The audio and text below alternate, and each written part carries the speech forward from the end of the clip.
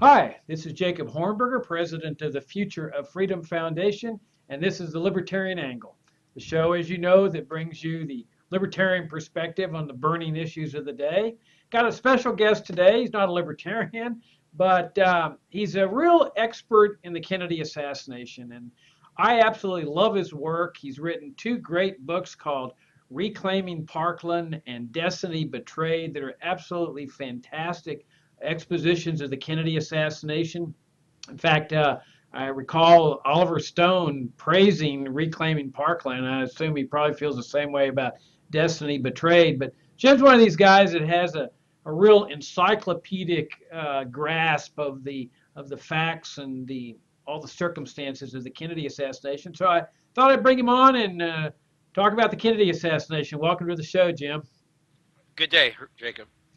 Yeah, I thought we would talk about. I know there's so many facets to the Kennedy assassination we could talk about, but the two of the facets that particularly interest me and that are really interrelated are Kennedy's foreign policy, especially as compared to his predecessors and his successors, and also the battle that was taking place between Kennedy and the national security establishment, the military and the CIA, that were never really taught about. And I grew up thinking that of this concept of continuity of government. And Johnson takes over and he continues Kennedy's policies, and everything's the same as it always has been. And so it came as a big shock to me when I realized that none of that was true. That Kennedy really was different. In a substantive sense from Johnson. So I thought we'd go back to when Kennedy came into office, or even before, because you have a very interesting twist on the standard scenario that's posed. We're taught that Kennedy comes into office as a standard Cold Warrior, same mindset as Eisenhower, and so forth. And then you address that in a speech up in Pennsylvania, and I thought we'd begin there and say, can you give us a little bit of your perspective on Kennedy's foreign policy when he's coming into office? All right, yeah, you're right. I have a little different. Well, it's not a little different. It's a rather big different twist on JFK's whole foreign policy views.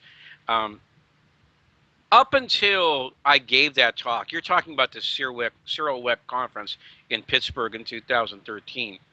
Up until I gave that talk, the standard view expressed in, I'd say, 85–90% of the books that dealt with Kennedy's views on foreign policy, and almost all the Kennedy assassination books, is the thing that is on the back of Jim Douglas's book, that, which, by the way, I really like. Okay, A Cold Warrior Turns.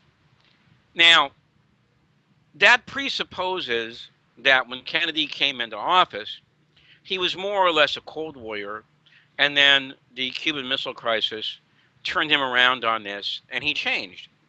Well, I don't buy into that anymore. I've done a lot of research on Kennedy's foreign policy before he became president, right, which evidently a lot of people didn't do. And so, in my opinion, when Kennedy was inaugurated, he was completely different than what came before him at that instant moment. All right. In other words, his ideas had already been forged for the most part, and he was then going to put them into action, which he did. Now, the way you get around this, of course, if you don't look at these other places, okay? So if you don't look at some place like Congo, okay, if you don't look at some place like Indonesia, if you don't look at some place like the Middle East, all right, then you can say that, well, he really didn't have a new set of ideas when he came into office. Well, that's just because most writers, standard writers, haven't looked there. But in the last few years, there have been some books that have actually dealt with this. So let me just give you three examples, those three that I just gave, okay? We'll deal with them very briefly. Prior to Kennedy being inaugurated, Allen Dulles and Dwight Eisenhower had chosen not to back Patrice Lumumba in the Congo.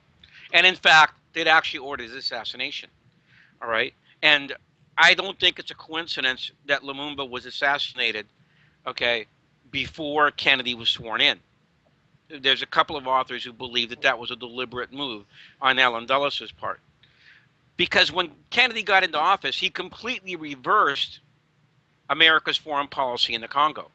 All right. And in fact, I think that if I remember correctly, this was done within 3 weeks of his inauguration.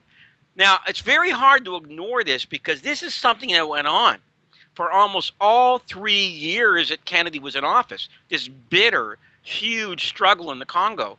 And the reason it was a big, huge struggle is because Congo is such a fantastically rich in natural resources area. So you had the Europeans on one side, led by Belgium and England, versus Dag Hammarskjöld at the UN and Kennedy on the other side. When Hammarskjöld died, and most people today believe that he was killed, okay, Kennedy led this for 2 years by himself to try and keep the Congo free.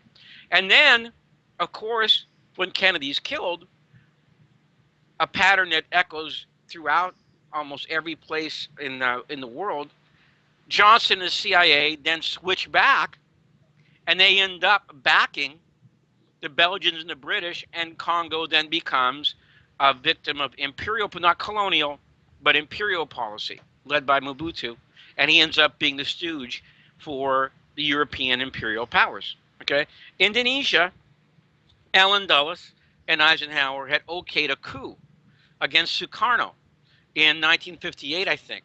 All right, the coup failed, one of the CIA's few big failures. All right, so when Kennedy gets into office, he wants to file on the CIA in Indonesia, okay?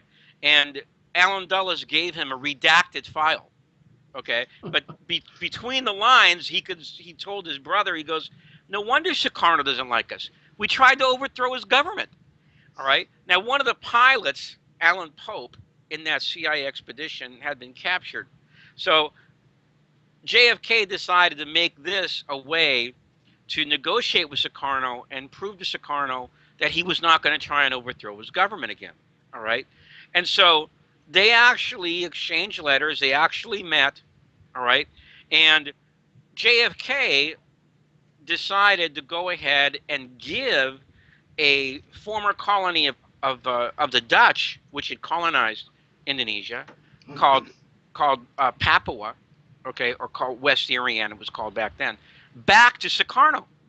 He had his brother and I think Ellsworth Bunker go ahead and negotiate that deal to give a European colony back to Indonesia, a third world country. It was really kind of amazing when you think of it. Okay, but he did. And so then they went ahead and Sukarno arranged the JFK to visit the country in 1964. Of course, that didn't happen. All right, and so what happened there? In 1965, the CIA did it again, except this time it was much more, without Kennedy to protect him, Sukarno was overthrown.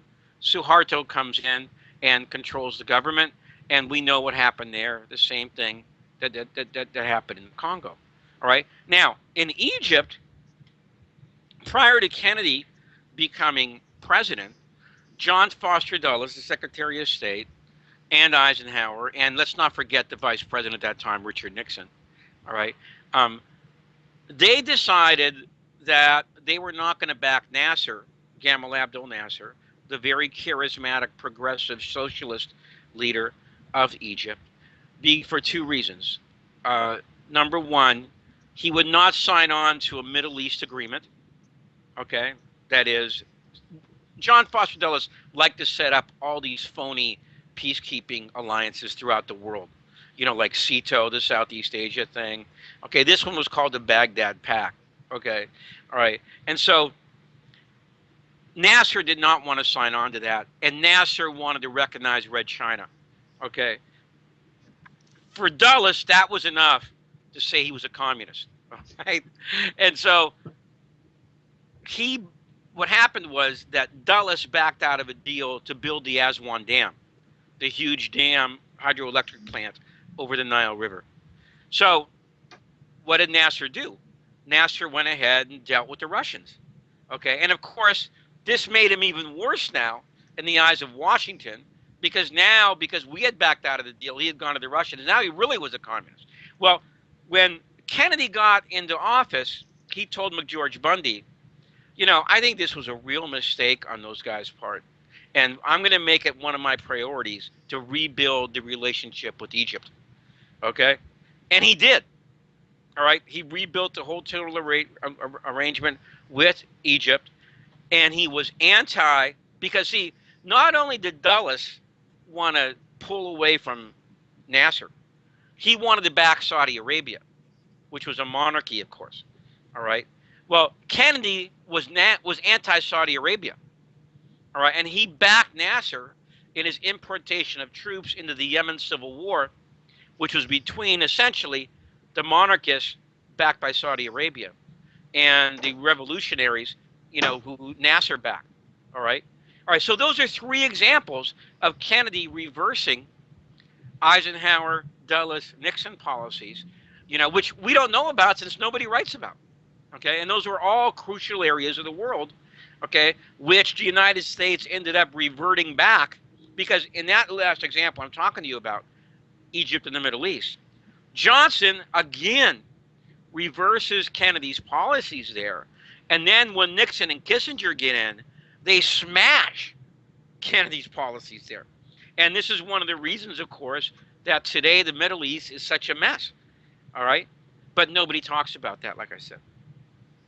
And I think, though, that we're looking at two different kind of mindsets here, but they seem to overlap, because if you look at the mindset that was guiding Allen Dulles, CIA Director, John Foster Dulles, Secretary of State, Eisenhower, the whole Cold War national security establishment, well, even more than that, Congress, everybody in the government had this anti-communist, anti-Soviet Union mindset that the communists were coming to get us, that we're going to conquer America, they were going to bury us, and that everyone around the world was this potential communist or a potential enemy.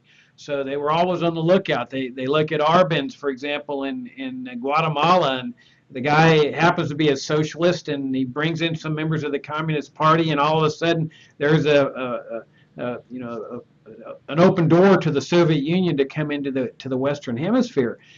Well, it seems to me that if you have that mindset, it can apply to all of the world. Or in Kennedy's case, it seems to me Kennedy still comes into office with that mindset, but Kennedy seems to say that with the third world, it's different, that these are movements to oust old empires or old colonialism, that they have nothing to do with communism. They just want to be free from the British Empire or the Dutch Empire, and that we shouldn't automatically conclude that because they want that freedom or that independence that they're communists. And it seems to me that Dulles and the other part of the national security establishment took the position that if they're not with us, they're against us. If they're not doing what we tell them to do, this means they're communists or they're part of that bloc. Am I off base on that? No. I think that's a big part of it. That's a really big part of it. That the Dulles brothers, Nixon and Eisenhower, essentially looked as, and by the way, many commentators have said this: either you're for us or you're against us. In other words, there's no middle ground. You can't be neutral. You can't just, whereas Kennedy said, well, it doesn't mean they're for us or against us. It just means that they want to do what's best for their country. So what we should do then is make it clear that we're going to offer you a heck of a lot more than they're going to offer you. Okay, and that's what his strategy was. We're going to try and communicate with these people. We're going to find out what their needs are. We're going to extend them foreign policy aid packages, except we're going to ask them what they want first. We're not going to tell them what they want. All right? And so that was his attitude, that we could compete with the Russians in the third world if we were smart. Okay? Yeah, because you see that in Latin America with his Alliance for Progress and so forth. Right. But I can see where the military, if the military and the CIA have this mindset that you're either with us or against us, I can see them becoming very, very hesitant now with this new president of saying, oh my gosh, is this guy going to take us down a road to a communist takeover here? But yet, on the other hand, Kennedy, it seems to me, does come into office with at least a partial Cold War attitude, because he goes right into the Bay of Pigs. He buys into whatever the CIA is doing there. Oh, well, okay. In Destiny Betrayed, which thank you for praising that book, I thought that was such an important issue to address that I devoted an entire chapter to that, and based on the newly declassified documents. All right. What happened in that instance is that they essentially told him that, look, if we don't back them, they might go anyway. And the CIA had actually arranged for the Cubans to actually lock up the managers, all right, and go ahead and try and launch the invasion by themselves. This is how bad they wanted to do this thing, all right. And then Dulles told them, and then we're going to have this big disposal problem. We've got like 1,500 Cubans down there. You know, what are we going to do with them? You know, and then on top of that, they're going to be talking about this aborted project. You know, so Kennedy decided to go ahead, but there was one qualification which Allen Dulles knew about, and Allen Dulles then used this against him. There's always been this thing about the Bay of Pigs failed because Kennedy aborted the D-Day morning airstrikes. Okay, and this myth has only survived because of the classification of these reports on the Bay of Pigs, these internal CIA reports. All right. Kennedy never okayed the D-Day morning airstrikes. All right. What he had told these guys is this. He goes, if we're going to make any D-Day airstrikes on their planes, I want it to be done from an airfield that we have secured inside of Cuba at the time. In other words, there had to be a beachhead established. Or he didn't want American planes coming in and bombing Castro's Air Force. All right. And so what happened is, of course, as you know and most people know, there was never any beachhead established. Okay, because through a series of almost unbelievable Keystone Cops errors, okay, Castro was ready for the invasion, number one. He even had lookouts at the actual place where the beachhead was going to come in, and he managed to get armor, cannon, air fire into the zone within 10 hours of the beachhead. So in other words, there was never any beachhead established. So Kennedy said, well, you know what I said, that we were only going to do it if there was a beachhead established. We don't have a beachhead. Okay, and that's why he refused to send in the Navy. And that's the key point. That's the key point we should be discussing. Because there's no doubt that if Nixon would have been president, that's what he would have done. Right. Because Kennedy actually called Nixon, okay, and said, well, what would you do? In the middle of this chaotic situation. And Nixon said, I would declare a beachhead and invade. So in other words, if Nixon would have been president, if Nixon would have won the 1960 election, today Cuba would be a colony of the United States. All right? And that's the major difference. All right? Okay, now, if you ask me, I think Johnson would have done the same thing. Because we saw what Johnson did in the Dominican Republic in 1965. He sent in the Marines to make sure that Kennedy's buddy, Juan Bosch, another socialist, would not get into power. Okay, are you familiar with that one? No. Okay. Juan Bosch was a socialist who won the presidency of the Dominican Republic, I think, if I remember correctly, in the fall, August or September of 1963. And Kennedy had backed him. All right. He was overthrown, if I remember correctly, only a month or two into his administration. Kennedy led a hemisphere-wide boycott. Okay, pulled out all the military, pulled out all the attaches, had an economic boycott, and convinced several other countries in the Western Hemisphere to boycott the country, to starve out the military dictatorship. And it was working. In fact, the military dictatorship was screaming about it, okay, and right on, I think the day before Kennedy was assassinated. So what happens then, of course? Johnson gets into office.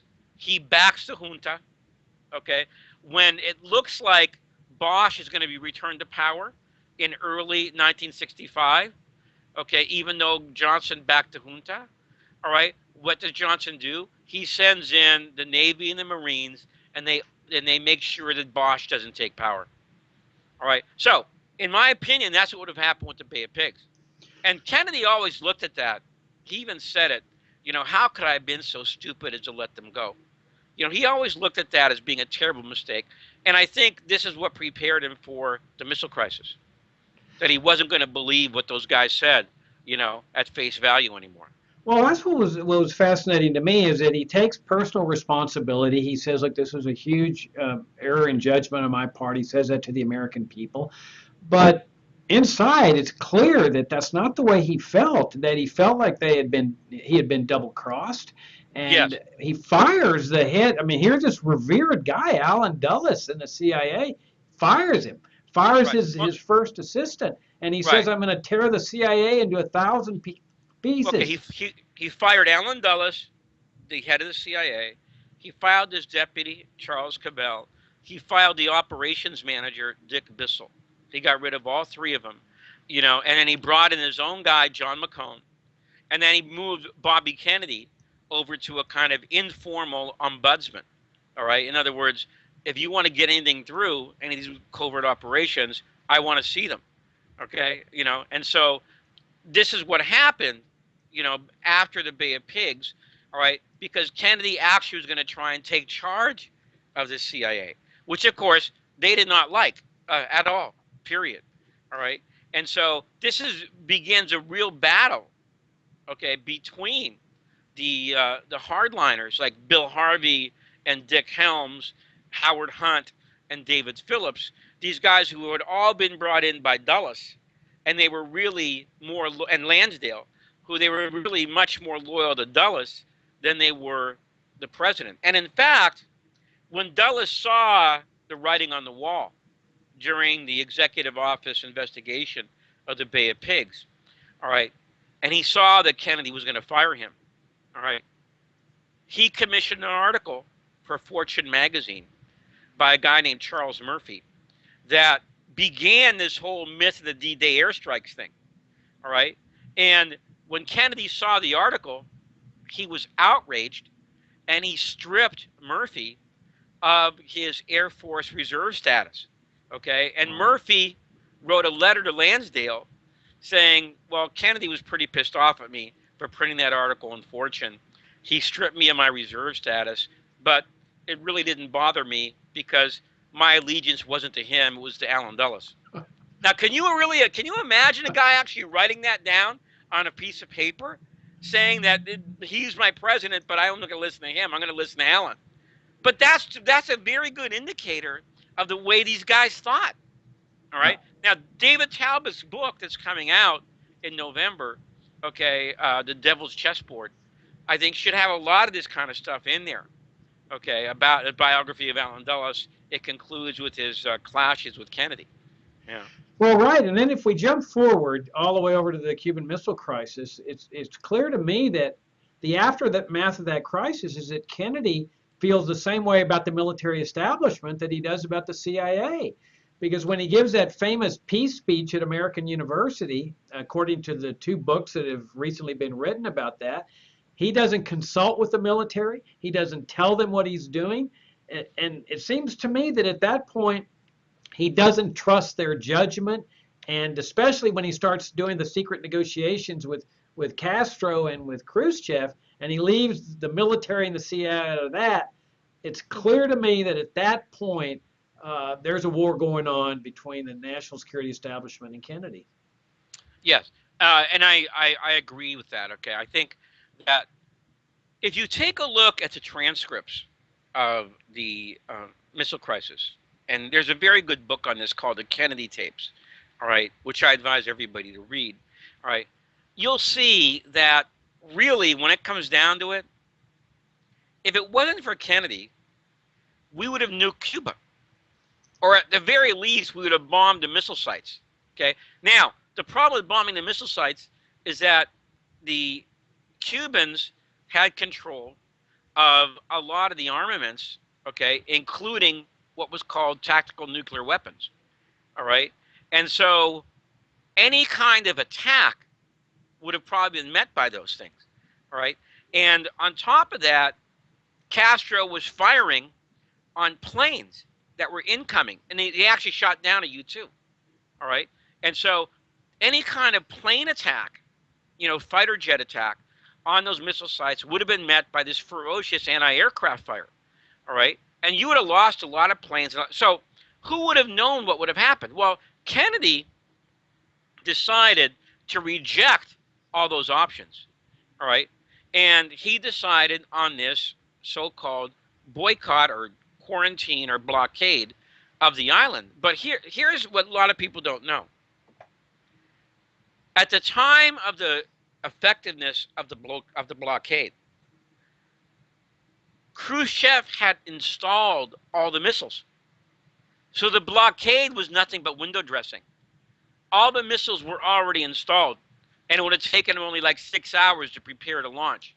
All right. And this didn't come out until many, many, many years later at a conference in Havana. And when McNamara, Secretary of Defense McNamara, heard this, okay, he was shocked. He ripped off his headphones. He couldn't believe it because even he didn't know that. All right. So it wasn't really the effectiveness of the blockade. That's a myth. All right. What really did it was Kennedy and Khrushchev being committed to controlling the hardliners in their respective cabinets. And in fact, Bobby Kennedy told this to Anatoly Dobrynin, the Russian ambassador. He actually told him words of the effect, I don't know how long my brother can hold these hawks off. Okay, and I don't know what's going to happen if he fails. Meaning that there's going to be some sneak attack without Kennedy's authorization.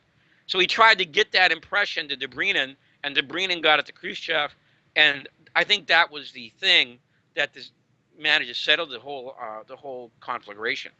Well, and it wasn't just hawks in general. He was talking about the military, the generals. And Kennedy had alluded to this back when he had 7 Days in May turned into a movie, which posited a possible coup. I mean, what he was trying to say is, hey, the military establishment has become an enormously powerful force in America's governmental system.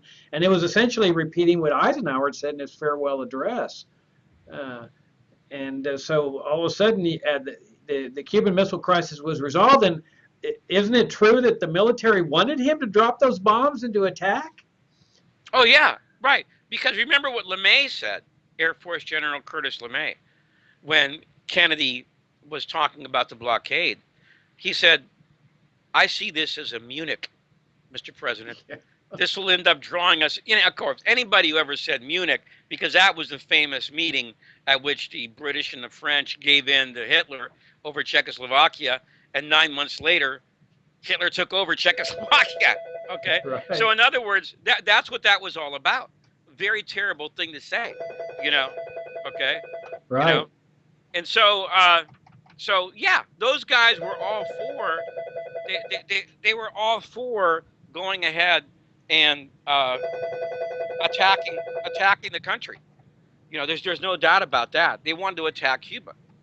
All right, and thank God Kennedy didn't do it. And as you alluded to earlier, what happened after this was a kind of remarkable series of events. All right, first of all, Kennedy gets through the nuclear weapons, the partial nuclear weapons ban. All right, he really, really, really worked hard on that. Okay, and he was successful in getting it through by an overwhelming vote. All right, so there'd be no more atomic testing in the atmosphere or at sea. All right, and then the other thing, of course, is the back channel hotline. Okay, so that Kennedy and Khrushchev could talk to each other without having to go through telexes and things like that. The other thing was the famous American University speech, right, in which Kennedy tried to transform American attitudes about the Soviets. The famous "and we are all mortal," that line. Right. Okay, and then of course there was also, in addition to that, there was a back channel to Castro at the same time. So in 1963, Kennedy's really, really, in 61 and 62, he's concerned with these third world areas, okay? Like I mentioned earlier, okay? Because Kennedy really believed that, these areas coming out of colonialism, should be free to search for their own future, okay? Then in 62 and 63, he gets into the major parts of the Cold War, which up to that time had been the USSR and Cuba. All right, and as many people like William Atwood wrote, and he was a courier between Kennedy and Castro, he says, "There's no doubt in my mind that if it were not for Dallas, right, Kennedy would have been established normal relations with Cuba in his second term."